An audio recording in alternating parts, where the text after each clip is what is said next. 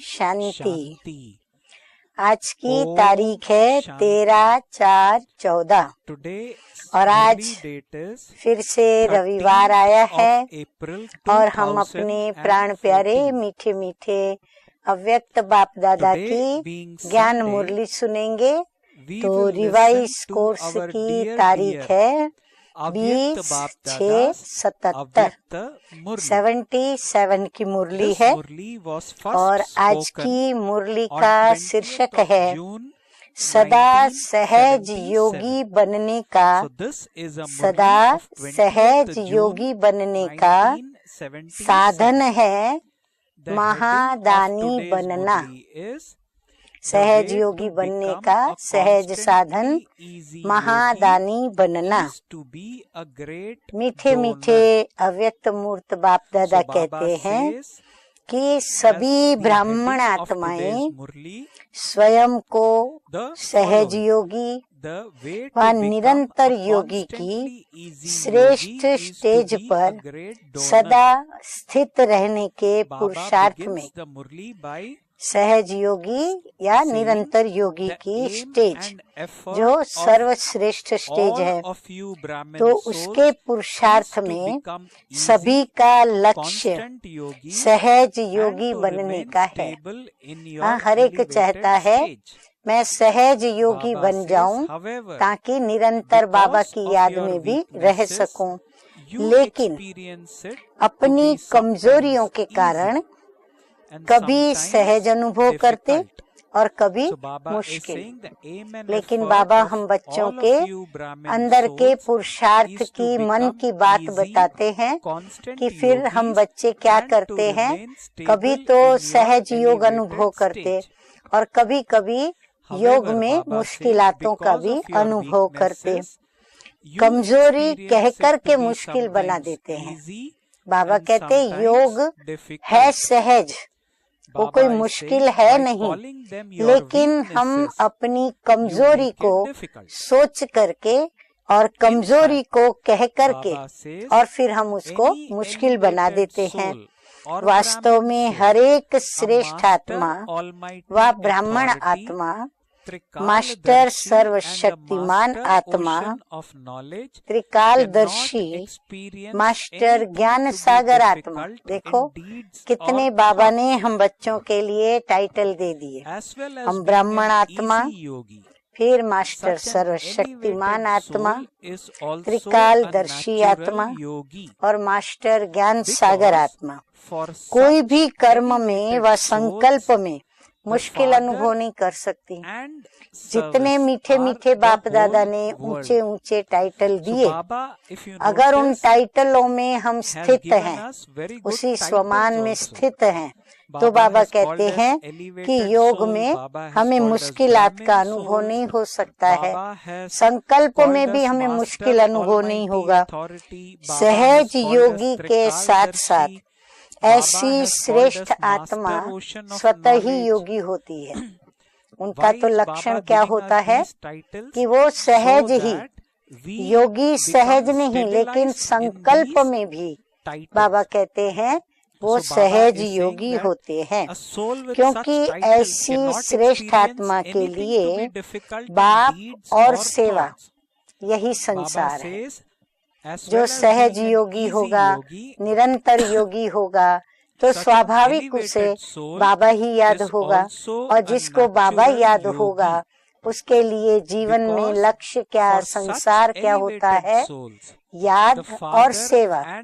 बस यही जीवन और यही लक्ष्य और यही पूरा बाबा का संसार है या अपना संसार। तो बाप की याद और सेवा ही ब्राह्मण जन्म के संस्कार है। तो ब्राह्मण जन्म का मुख्य संस्कार क्या है? एक बाबा की याद में रहना, कर्म योगी होके कर्म करना और बाबा कहते हैं सेवा करना, विश्व सेवा। परम पिता परमात्मा ने विश्व के परिवर्तन के लिए हम बच्चों को भी अपना सहयोगी बनाया है। बाप और सेवा के सिवाय न कुछ संसार में दिखाई देता है, न संस्कारों में और कोई संकल्प उत्पन्न हो सकता। बाबा कहते हैं उनके लक्षण में ये विशेषताएं दिखाई पड़ेगी। याद और सेवा ही उनका संसार। फिर संकल्प में भी उनके कोई बातें संसार की नहीं दिखाई पड़ेगी, ना ही उनके संस्कारों में कोई ऐसे संकल्प उत्पन्न हो सकते हैं। किसी भी मनुष्य आत्मा की बुद्धि संसार में संबंध और प्राप्ति की तरफ ही जाती है। मनुष्य का स्वभाव कैसा है? किसी भी बात में बुद्धि कहाँ जाएगी? मनुष्य आत्माओं में, या फिर संबंध में, या फिर संबंध की प्राप्ति में ही जाती है। ब्राह्मण आत्माओं के लिए सर्व संबंध का आधार और सर्व प्राप्ति का आधार, हम ब्राह्मण आत्माओं के लिए सर्व संबंधों का आधार और फिर सर्व प्राप्तियों का आधार क्या है? एक बाप के सिवाय और कोई है नहीं। तो एक बाप के सिवाय और कोई नहीं। तो स्वतः योगी बनना मुश्किल है व सहज है। यदि मेरा तो एक शिव बाबा और उसमें ही यदि मेरा सारा संसार, तो फिर स्वतः योगी बनना मुश्किल है या सहज है? बाबा प्रश्न पूछ रहे हैं। चेक करें हम स्वयं को। न चाहते भी बुद्धि वहाँ आएगी जहाँ सर्व संबंध और सर्व प्राप्ति है। बुद्धि सब तरफ से सिमट करके कहाँ आएगी? जहाँ पर सर्व संबंध और सर्व प्राप्तियां हैं। तो वो किस में है? एक बाबा में। तो बुद्धि भी हमारी एक बाबा में ही वापस लौटेगी। तो स्वतः योगी हुए ना। अगर सहज योगी और स्वतः योगी नहीं है, तो अवश्य बाप से सर्व संबंधों का अनुभव नहीं है। बाबा फाइनल रिजल्ट बताते हैं कि यदि सहज योगी नहीं, स्वतः योगी नहीं, तो जरूर कहीं न कहीं हम अन्य संबंधों में अटके हुए हैं। इसीलिए सर्व संबंधों का बाप में अनुभव हमें नहीं हो रहा है। सर्व संबंधों से बाप को अपना नहीं बनाते हैं। सर्व प्राप्ति का आधार एक बाप है, ये पक्का कर लेना है। हम मनुष्य आत्माओं की प्राप्ति में बुद्धि को जो अटकाते हुए और उनकी तरफ खींचे चले जाते हैं, हम क्या करें? हम बाबा से वो संबंध जोड़कर बाबा के द्वारा उस प्राप्ति का अनुभव करें, तो हमें अन्य मनुष्य आत्माओं से न संबंध याद आएंगे, न प्राप्तियां याद आएंगी, और न ही हमारा बुद्धि योग बाबा से दूर होगा। तो सर्व प्राप्ति का आधार एक बाप है। तो इस अनुभव को अपनाया नहीं है। सर्व संबंधों को नहीं भूले हैं। सर्व संबंधों की प्राप्तियों की तरफ क्या आकर्षण छोड़ा नहीं है। तो एक बाप में हमारा बुद्धि योग नहीं, यानी एक बाप को हमने अपनाया नहीं है, अपना बनाया नहीं है, तभी तो अपनाया नहीं ये कहा जाएगा। तो इसीलिए सर्व प्राप्ति का आधार हम एक बाप को बनाएं और इस अनुभव को अपनाएं। अब सहज योगी बनने के लिए कौन सा प्रयत्न करेंगे? अब हम सभी चाहते हैं कि हम सहज योगी बने, तो क्या करें उसके लिए? सहज योगी बनना चाहते हो ना? सहज योगी बनने का साधन, बाबा अभी निवारण बता रहे हैं सहज योगी बनने का साधन सदा अपने को संकल्प द्वारा, सभी नोट करते जाएं, सदा अपने को संकल्प द्वारा, वाणी द्वारा और हर कार्य द्वारा विश्व की सर्व आत्माओं के प्रति सेवाधारी समझ, सेवा में ही सब कुछ लगाओ। बहुत सरल विधि बाबा ने बता दी, लेकिन हम बच्चे उस विधि में भारी होते हैं, क्योंकि बाबा कहते सर्व आत्माओं के प्रति सेवाधारी समझकर सब कुछ लगाओ। तो लगाव में हमारा बुद्धि योग अटक जाता है। वो सब कुछ जो मेरे पास है वो हम मेरा मेरा करके बैठे हैं, तो इसीलिए हम वो लगा नहीं पाते और इसीलिए सेवाधारी भी नहीं बन पाते और इसीलिए ही हम सर्व आत्माओं की सेवा भी नहीं कर पाते। तो बाबा ने सहज बात बताई कि इस मन, वाणी और कर्म द्वारा जो कुछ भी हमारे पास है, हम सब कुछ स्वयं को सेवाधारी समझ करके और कार्य में लगा दें। जो भी ब्राह्मण जीवन के खजाने बाप द्वारा प्राप्त हुए हैं, वह सब आत्माओं के प्रति सेवा में लगाओ। हाँ, सब कुछ में हम क्या करते हैं, हम सोचते हैं शायद हमको सारा धन दे देना पड़ेगा, हमको शायद समर्पित तन से हो जाना पड़ेगा। तो बाबा कोई ये बातें नहीं कहते। बाबा कहते हैं जो भी तुम्हें बाप के द्वारा गुणों का खजाना, शक्तियों का खजाना जो प्राप्त हुए हैं, वो सारे खजाने बड़ी दिल से सेवादारी समझकर और निर्माणता के साथ नम्र सेवक बन करके बाप समान सेवा में लगाएं। शक्तियों का खजाना, गुणों का खजाना, ज्ञान का खजाना व श्रेष्ठ कमाई के समय का खजाना सब सेवा में लगाओ, अर्थात सहयोगी बनो। अपनी वृत्ति द्वारा वायुमंडल को श्रेष्ठ बनाने का सहयोग दो। अब बाबा ने तो हमें कितने सारे खजाने दे दिए। हाँ, बाबा ने वर्णन भी किए, गुणों का खजाना, शक्तियों का खजाना, ज्ञान का खजाना और फिर सेवा करने का। सेवा करने से जो कमाई होती है, तो वो कमाई करने का जो समय है वह भी हम विश्व सेवा के कार्य में लगाएं। तो सेवा में लगाएंगे तो हम बाबा के क्या बन गए, सहयोगी बने।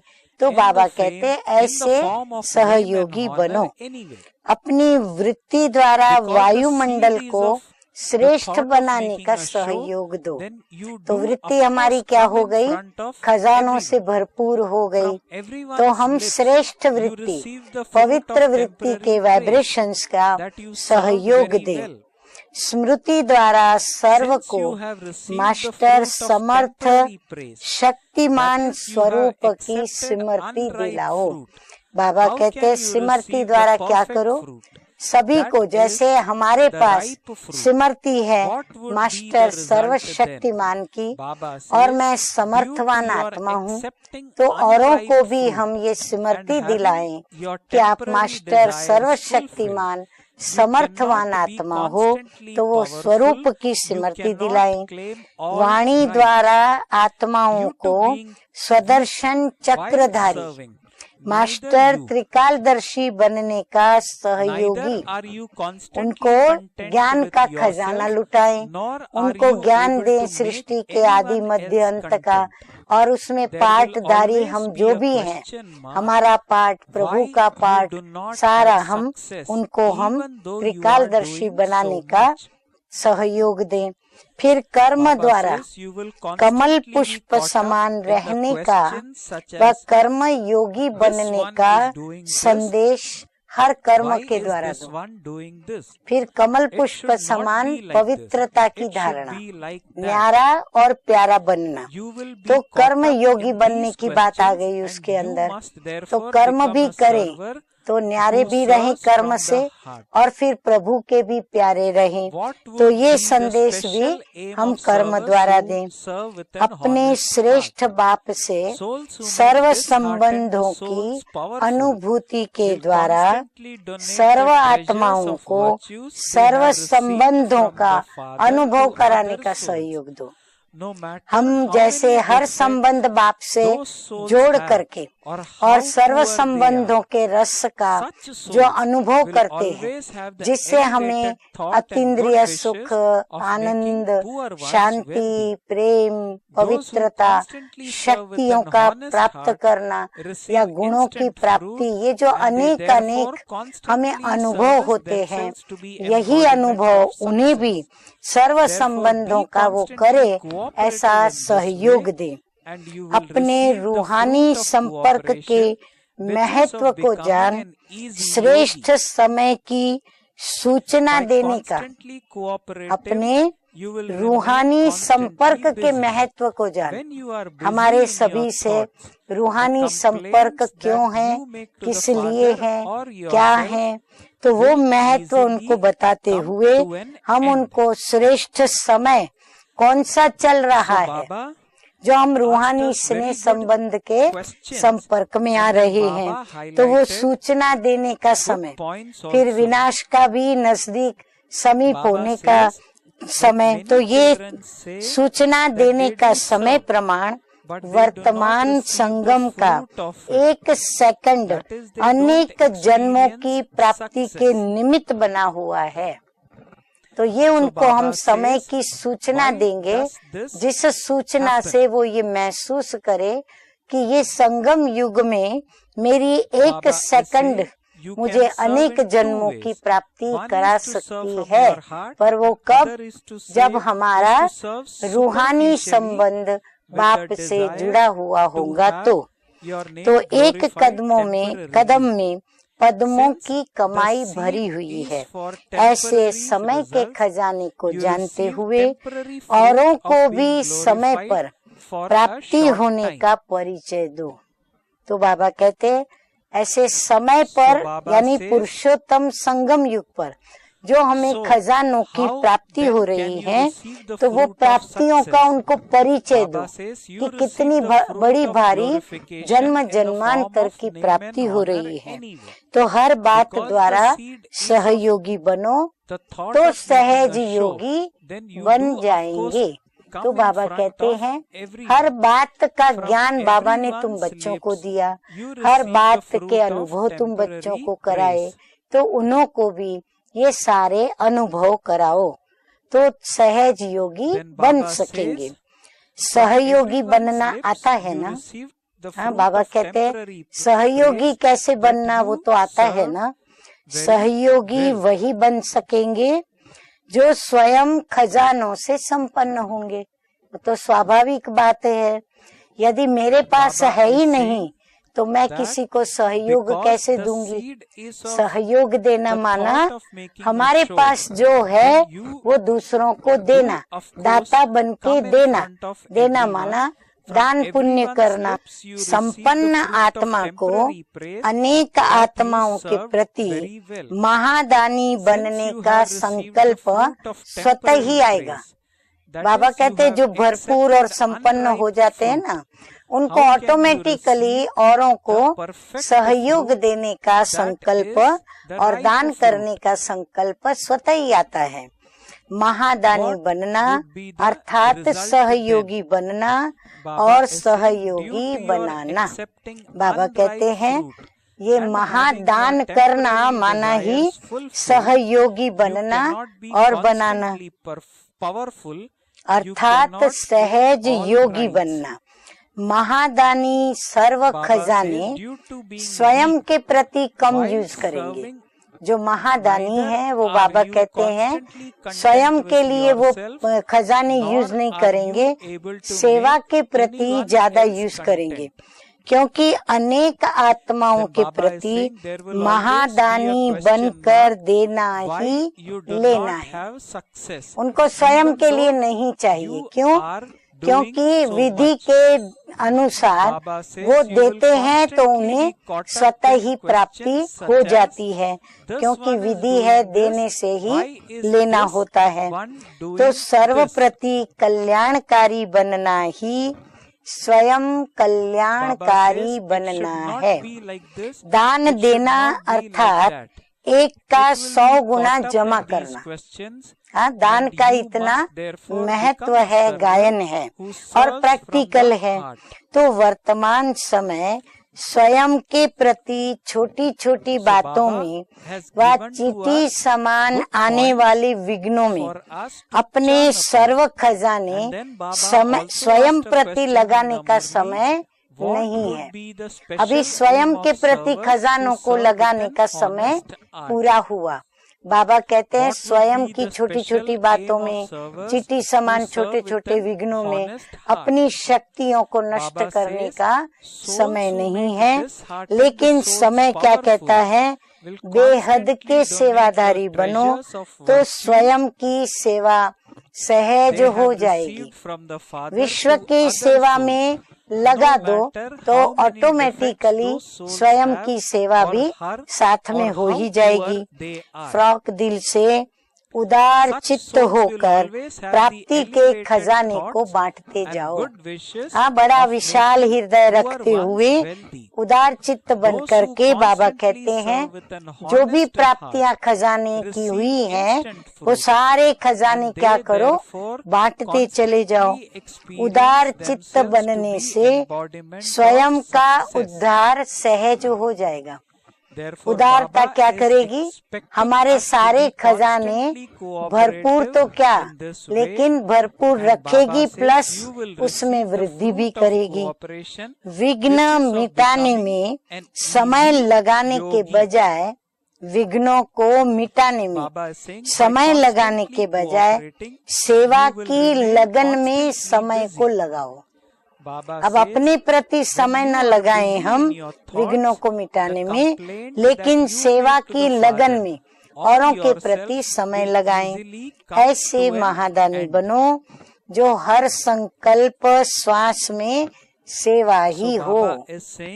मतलब बाबा का कहना है जो भी प्राप्त करते जाते हैं तुरंत उसका हम दान पुण्य करते चले जाएं, तो सेवा की लगन का फल विघ्न सहज ही विनाश हो जाएंगे। सेवा से प्राप्ति क्या होगी? जो विघ्न आते हैं या आए हैं या आने वाले होंगे तो बाबा कहते हैं वो स्वतः ही समाप्त हो जाएंगे, क्योंकि वर्तमान प्रत्यक्ष फल प्राप्त होने का समय है। तो विघ्न का विनाश होना ये भी तो प्रत्यक्ष फल की निशानी है, तो ये फल भी तो हमें चाहिए। तो वर्तमान प्रत्यक्ष फल को प्राप्त होने का समय है। तो अभी अभी सेवा का फल स्वयं में खुशी और शक्ति का अनुभव करेंगे। तो बाबा कहते हैं ये विशेषता का अनुभव करो कि अभी अभी सेवा का फल आपको प्राप्त होगा। क्या होगा? एक तो स्वयं में खुशी का अनुभव करोगे, दूसरा शक्ति का भी अनुभव करोगे, लेकिन सच्चे दिल की सेवा हो। हाँ, ये बात नोट करें। सेवा करें, परंतु कैसी सेवा करें? सच्चे दिल से सेवा करें। तो सच्चे दिल की सेवा हो। सच्चे दिल पर आगे क्या? सच्चे दिल पर साहिब राजी होता है या हो जाता है। कई बच्चे कहते हैं कि सेवा तो हम करते हैं लेकिन मेवा नहीं मिलता, अर्थात सफलता नहीं मिलती। तो ये क्यों होता है?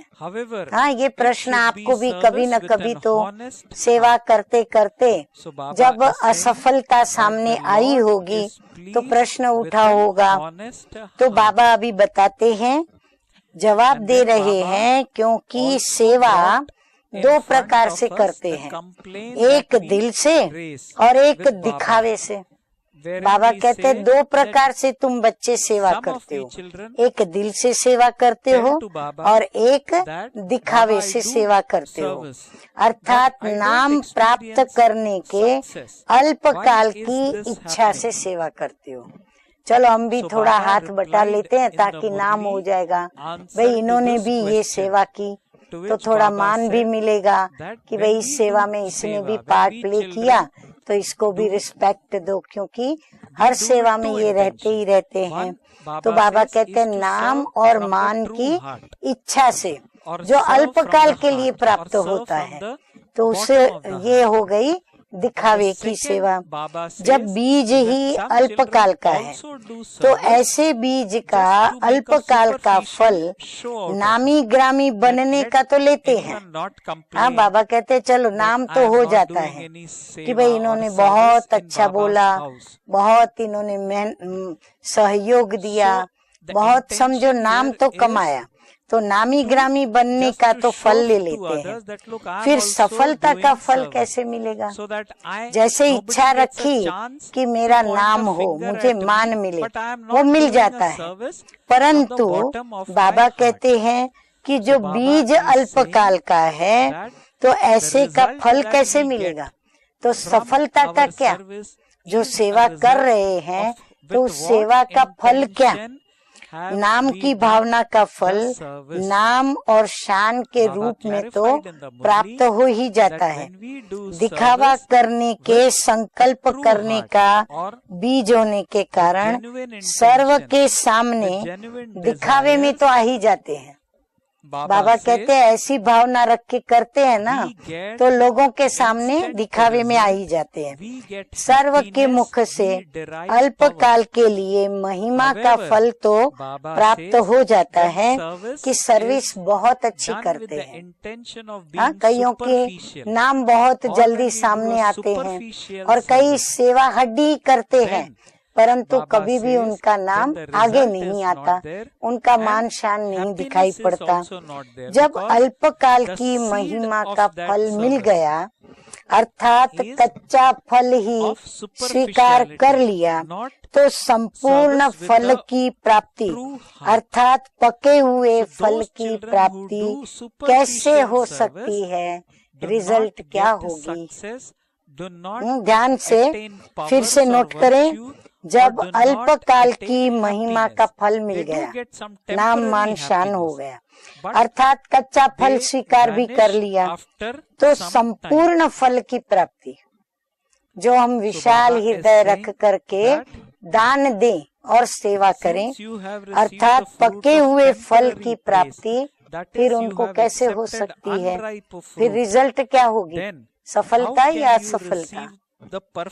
कच्चे फल को स्वीकार करने के कारण व अल्पकाल की कामना की पूर्ति होने के कारण सदा शक्तिशाली भी नहीं बन सकते, फिर अधिकारी भी नहीं बन सकते और सेवा करते हुए भी कमजोर होने के कारण न स्वयं से संतुष्ट रहेंगे ना सर्व को संतुष्ट करेंगे और सदैव क्वेश्चन मार्क रहेगा कि इतना करते हुए भी सफलता क्यों नहीं होती। बाबा ने सफलता प्राप्त करने वालों के 5 लक्षण भी दिखा दिए कि वो आत्माएं सदा क्या बनती हैं? अधिकारी बनती। उनको कामना की पूर्ति का प्रश्न नहीं रहता, कच्चा फल वो स्वीकार नहीं करते, कमजोर भी वो नहीं होते, स्वयं से संतुष्ट रहते, औरों को भी संतुष्ट करते, तो उनके आगे कभी भी क्वेश्चन मार्क नहीं आता कि हमको सफलता क्यों नहीं होती।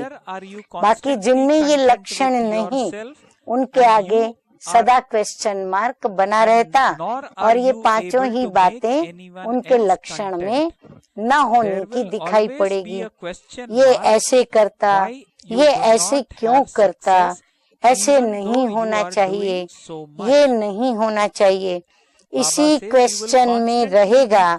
इसलिए सेवाधारी भी दिल से बनो।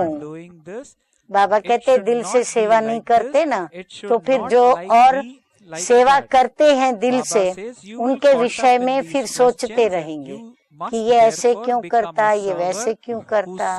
तो बाबा कहते क्वेश्चन मार्क बने रहते हैं।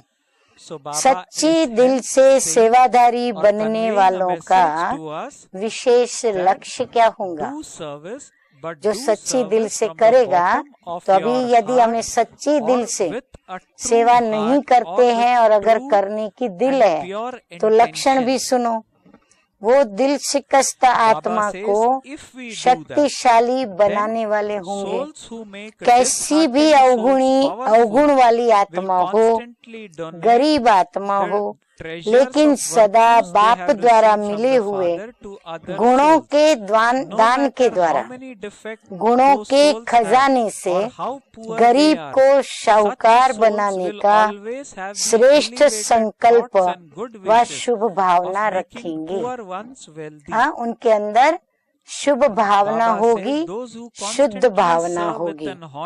सच्ची दिल वाले सेवाधारी सदा प्रत्यक्ष फल प्राप्त होने के कारण स्वयं को सफलता मूर्त अनुभव करेंगे। हाँ, बाबा अभी उनके लक्षण बताते जा रहे हैं। तो बाबा कहते हैं ऐसे सदा सहयोगी बनो। तो सहयोग का फल, हाँ, सहयोग का फल क्या मिलेगा? सहज योगी बन जाएंगे।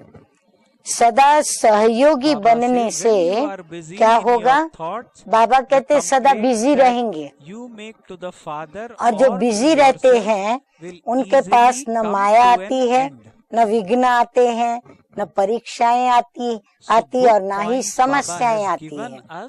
संकल्प में बिजी रहेंगे तो व्यर्थ की शिकायतें जो स्वयं से व बाप से करते हो, वो सब सहज ही समाप्त हो जाएगी। फिर बाबा को कोई फरियाद नहीं करेंगे और आत्मा फिर बाप को ही याद करते हुए बाप की लगन में, बाप की याद में सेवा करेगी और सेवा में सर्व को सहयोग देते हुए और उस सेवा का प्रत्यक्ष फल, सफलता का और खुशी का वो अनुभव करेगी।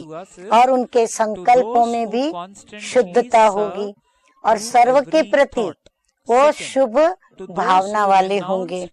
अच्छा, सदा हर संकल्प से सेवा करने वाले। हाँ, जब संकल्पों में शुद्धता हो, शुभ भावना हो, तब हम संकल्पों से सेवा कर सकेंगे। तो सदा हर संकल्प से सेवा करने वाले, अल्प काल के फल का त्याग करने वाले, नाम मान शान का त्याग करने वाले, सदा सफलता मूर्त बनने वाले, हर आत्मा के उद्धार अर्थ निमित्त बनने वाले उदार चित्त आत्माएं, सदा बाप और सेवा में तत्पर रहने वाली समीप आत्माएं, सदा सर्व खजानों की महादानी आत्माएं, ऐसी श्रेष्ठ आत्माओं को बाप दादा का याद प्यार और नमस्ते। हम रूहानी बच्चों की रूहानी बाप दादा को याद प्यार, गुड मॉर्निंग और नमस्ते नमस्ते। अब हम सुनेंगे कुछ बाप दादा ने पार्टियों से भी बात की है, तो उसमें से कुछ अंश बता रही हूँ। जितना प्यासी आत्माओं की प्यास बुझाते हैं, हाँ, बाप दादा जानते हैं कि वर्तमान समय सारी दुनिया दुखी है, अशांत है, अज्ञानी है, अपवित्र है, बहुत त्राही त्राही कर रही है। तो हर आत्मा सुख शांति पवित्रता की प्यासी है। तो जितना प्यासी आत्माओं की प्यास बुझाते, उतना स्वयं भी तृप्त आत्मा रहते। प्यास उनकी बुझाएंगे, तृप्ति हमें होती रहेगी। दूसरों को खुशी देना अर्थात स्वयं खुश रहना। जैसे दान देने से धन बढ़ता, ऐसे अन्य आत्माओं को खुशी, शांति और शक्ति ये देना नहीं, लेकिन स्वयं में भरना है। जब लगन लग जाती है सेवा की, तो सोते हुए भी स्वप्न में भी सेवा करेंगे। बाबा कहते हैं स्वप्न भी सेवा के आएंगे, स्वप्न में भी सेवा के अच्छे अच्छे प्लान आएंगे। जैसे योग द्वारा टचिंग हुई है और ऐसा लगेगा जैसे मैं योग कर रही हूँ आत्मा और मुझे बाबा के द्वारा टच हो रहा है। लगन का रिटर्न स्वप्न में मिलता, कितना हमारे स्वप्न में भी प्रभाव पड़ता उसका। इसको कहा जाता है लगन में मगन। आप बच्चों के लिए ब्राह्मणों का संसार वही संसार है, बाकी सब असार है। हाँ, इतनी धारणा हमारी हो जानी चाहिए कि बाबा और ब्राह्मणों का संसार ही मेरा संसार है, बाकी सारी पुरानी दुनिया है और असार है। देखते हुए भी नहीं देखते, रहते हुए भी वहाँ नहीं रहते। इसलिए सेवाधारी के स्वप्न में क्या आएगा? बाप और सेवा, बस और कुछ है ही नहीं। आगे और एक बात बाबा ने अच्छी बताई है, तो बाप दादा कहते हैं माया को एक शब्द से मूर्छित करो। माया को मूर्छित करने के लिए एक तीर, एक शस्त्र बाबा बता रहे हैं। वो कौन सा शब्द है? वो तो आप सब भी जानते हो। हाँ, बाबा। बाबा कहते हैं मेरा बाबा। जहाँ बाबा है वहाँ माया नहीं। अगर दिल से, संबंध से, स्नेह से बाबा शब्द कहा और माया भागी।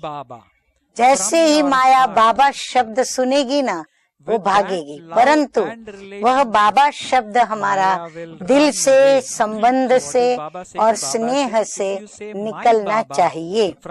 जैसे कितना भी बड़ा डाकू हो, लेकिन जब पकड़ा जाता है तो बड़ा डाकू भी बकरी बन जाता। तो बाबा शब्द निकलना और माया डाकू का पकड़ा जाना। माया जो सेकंड के पहले शेर के रूप वाली होती, वह सेकंड के बाद क्या बन जाती? बकरी बन जाती। तो इस साधन को सदा साथ में रखो। बाबा भूला माना सब कुछ भूला। साधन सहज है, सिर्फ बार बार यूज करने का तरीका आना चाहिए। सेकंड में परिवर्तन हो, इसको कहा जाता है यूज करने का तरीका आता है। यदि सेकंड में हमारा परिवर्तन होता है, तो इसका मतलब क्या हुआ कि हम सेकंड का या जो बाबा कह कर के बाप की मदद लेने का जो तरीका है, वो तरीका हमें आता है। तो सदा ये याद रखो, मेरा बाबा। जब मेरा बाबा आ गया तो माया क्या हो गई? भाग गई। फिर आगे बाबा कहते हैं सहज योगी की स्टेज स्वतः ही बनी रहे, उसकी विधि क्या है? तो बाबा कहते हैं अमृत वेले के महत्व को जानो। अमृत वेला है दिन का आदि। जो अमृत वेले अर्थात सारे दिन के आदि के समय पावरफुल स्टेज बनाएंगे तो सारा दिन मदद मिलेगी।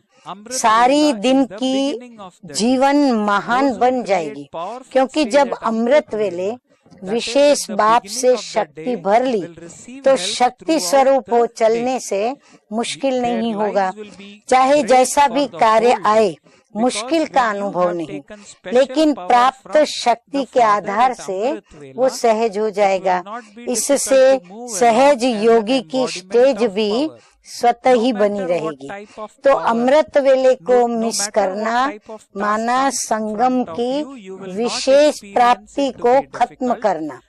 जो भी ईश्वरीय मर्यादाएं हैं, उन मर्यादाओं पूर्वक जीवन बिताने से विश्व के आगे एग्जाम्पल बन जाएंगे। विश्व आपके जीवन को देखते अपना जीवन बनाएगी। तो मर्यादा की लकीर के अंदर रहो तो माया आ नहीं सकती। कुछ भी लो, लेकिन स्वयं का उमंग और उत्साह हर सेकंड नया होना चाहिए। स्वयं के उमंग उत्साह का आधार स्वयं ही है। बाबा कहते स्वयं ही हो, उसमें कोई दूसरा आपको रोक नहीं सकता।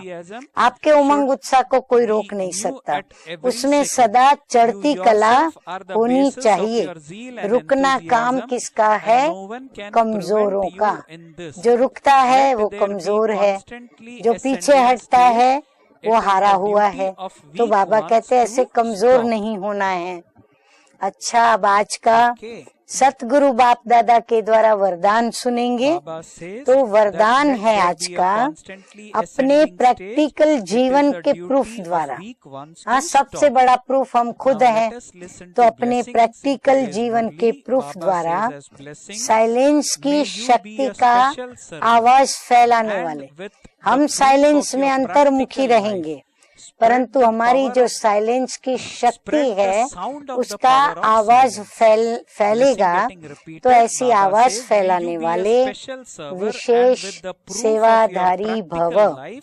हर एक को साइलेंस की शक्ति का अनुभव कराना ये विशेष सेवा है।